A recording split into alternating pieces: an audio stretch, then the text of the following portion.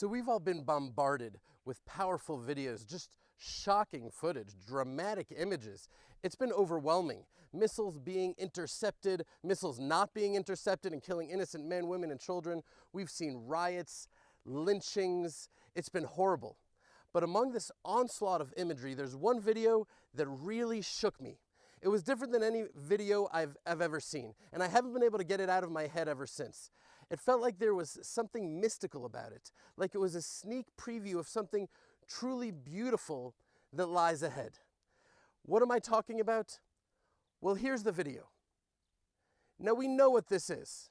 This was just last week on Yom Yerushalayim, Jerusalem Day, when we celebrate Jerusalem's liberation and unification for the first time since the times of King David. So of course, there was joyous dancing and celebration, as there is every year.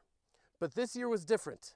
This year, Hamas launched an all-out war against Israel, while at the same time, much of the Arab population within the country erupted in lynchings and riots from within, culminating in violent attacks from within the Al-Aqsa Mosque on the Temple Mount, which included them lighting trees on fire. And so that's what we're seeing in this video. Jews dancing in celebration at the Western Wall while columns of fire ascend from the burning trees on the Temple Mount right behind it. They were dancing before those fires were started. But when I first saw it, for some reason, at that moment, I lost all context. I can't really explain it. For that moment, all I saw was thousands of elated Jews dancing with pure, unadulterated joy around the Temple Mount as the fire from the altar in the Beit HaMikdash in the Holy Temple was ascending upwards and being received and accepted by God Himself. I know that may sound crazy to you, but for that beautiful moment, that's what I saw. And there was no more war. There was no more hate.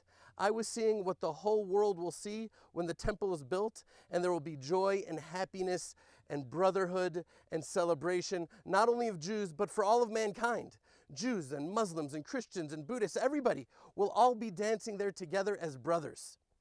Now, for those of you who may be saying, okay, you lost me, way too out there, too religious, too spiritual. Well, to you I say, I get it.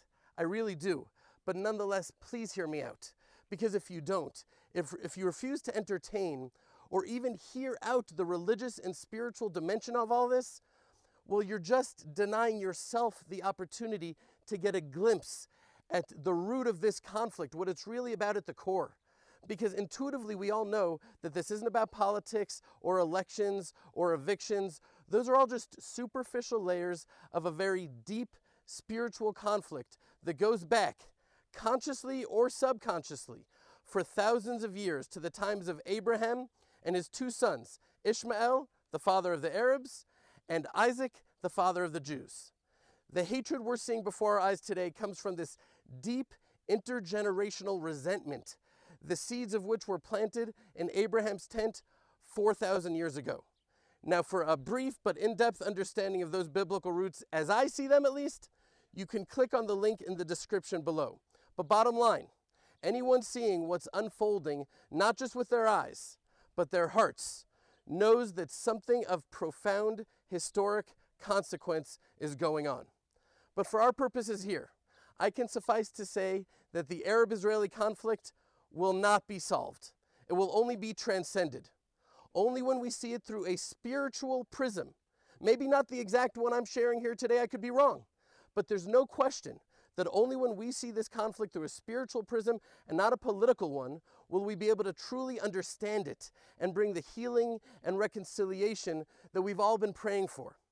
Because after all, the whole pretext of this conflict was Sheikh Jarrah. Why did it immediately erupt on the Temple Mount?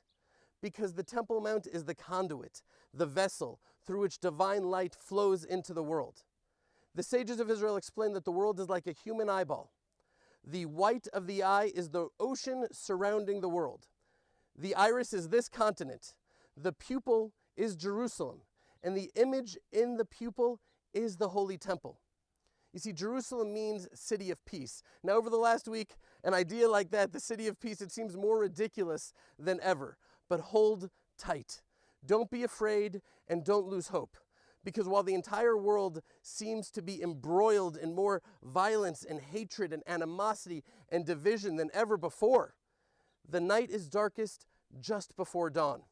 And just as right now war and hatred seem to be emanating from the Temple Mount, in the blink of an eye, love and peace will spread like wildfire, and nation will no longer lift up sword against nation, and the world will never know war again. All right, that's what I have to say. To tell me whether you're crazy about this video or you think it's just plain crazy, you can email me at ari@thelandofisrael.com or just comment below. Shalom from Judea.